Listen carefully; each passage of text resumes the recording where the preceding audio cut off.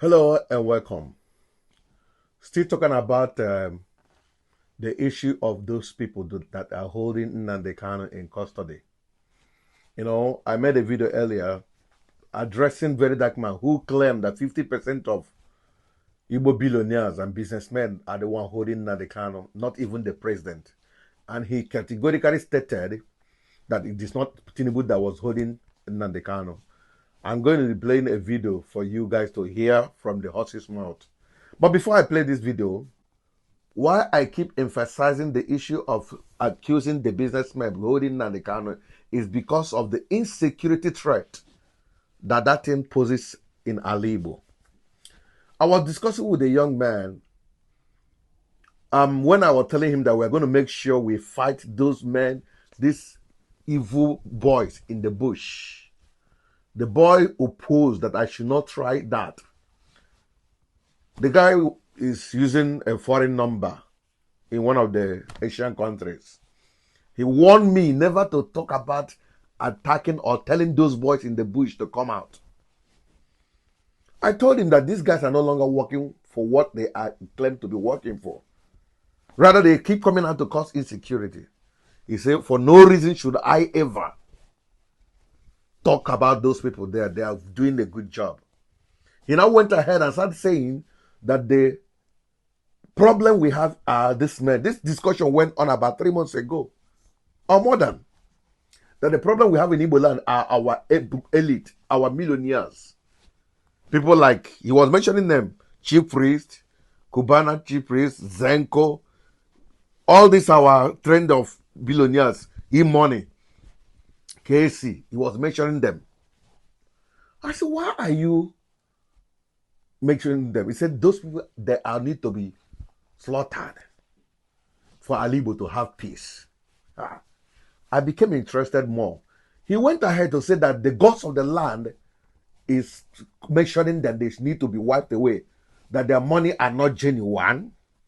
Number two, he also said that, have I ever heard them talking about Nnamdi Kanu? This discussion went about 3 months ago. Now, for Very Dark Man to start talking accusing our big man, there is something fishy. So that's why I've been making video to disabuse the mind of people. They are not the one holding Nnamdi Kanu. You can see the protest that happened in Abuja. The people who knows those who are holding Nnamdi Kanu are the people who protested against the people holding Nnamdi Kanu. You're going to be hearing from the lawyer. He knows who is holding Nnamdi Kanu, and the protest was against the person holding Nnamdi Kanu. Please, let's listen to him before I go further in this discussion.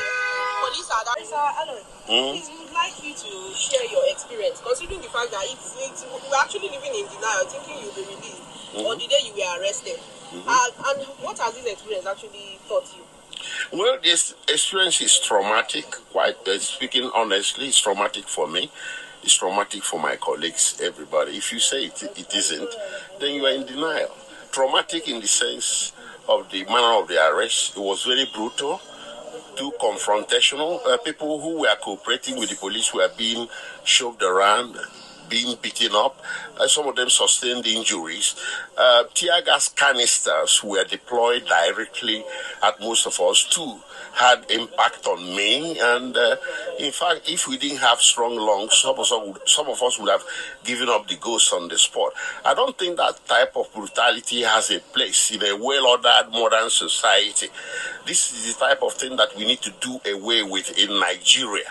Even at the police headquarters, CID, Gariki, the command, they deployed canisters, several canisters of tear gas, just to get us to bundle us into vehicles that will take us to abattoir. You didn't need to do that because we were already under your control.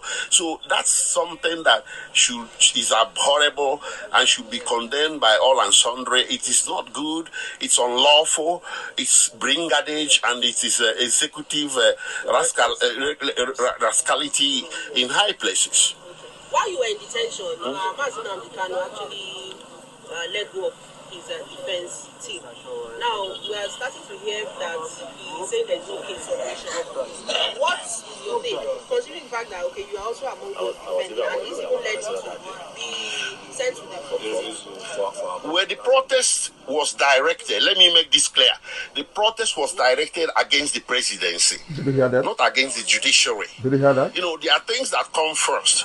If the presidency or the executive branch of government does not put you up for trial, no court has the authority to initiate prosecution against you. So it's a question of where to place the blame. I've noticed a lot of understanding as if we are protesting against the court. No, the court didn't initiate it. The presidency did. The attorney general did. So if the presidency or the executive branch says Nnamdi Kanu's case should no longer be prosecuted, the court will have nothing to try. Exactly. This is our point. So those people saying, Nnamdi Kanu is on trial and we are interfering with judiciary, contempt of court, blah, blah, blah. No, come on. That's complete misunderstanding of the situation. Yes. It is Tinubu we wanted to talk to. You don't have any business prosecuting a man that has done nothing wrong. Yes. And a man you brought into the country under situation that offended humanity, international law, and even Nigerian law. Yes. You don't have a business putting him up for trial. So withdraw. Under section 174, I think, of the Constitution, he can direct the Attorney General to do a nolle prosequi. It was done for sure here. Right? It was done. It has been done in history for a whole lot of people. If the presidency or the executive branch or the attorney can say we are no longer interested in the case, and that's the end of it. That was the purpose of the protest. Yes. Did you hear him? That if Tinubu was to be a listening president, they were simply talking to him, release this guy, call off this prosecution, and the matter will end. So they were protesting against the president to hear them. But do you know what? The president immediately heard about the protest. He traveled out of the country and gave order to the police to take action against them. So they didn't protest and say Igbo politicians should release him. They didn't protest Igbo billionaires to release him. Everybody can have his own wish. Like I have my wish against Nnamdi Kanu. Governor can have his wish. Just like you have your own wish for him to be released. That you want him to be released will not make him to be released. That you don't want him to be released will not make him not to be released if the presidency want him to be released. If you don't want to understand this, it's left for you to keep on planning to buy all our billionaires. They were even discussing how they will go to burn the houses of billionaires. Like the way they do to Joe Ibokwe. Let me tell you something. If you allow people to instigate war in Igbo, we have already fought enough war and we don't want any more. But let me tell you the gospel truth. If anything happened to some of us who are speaking, I saw a post where they said that they see some people, they should buy them, including me. No problem.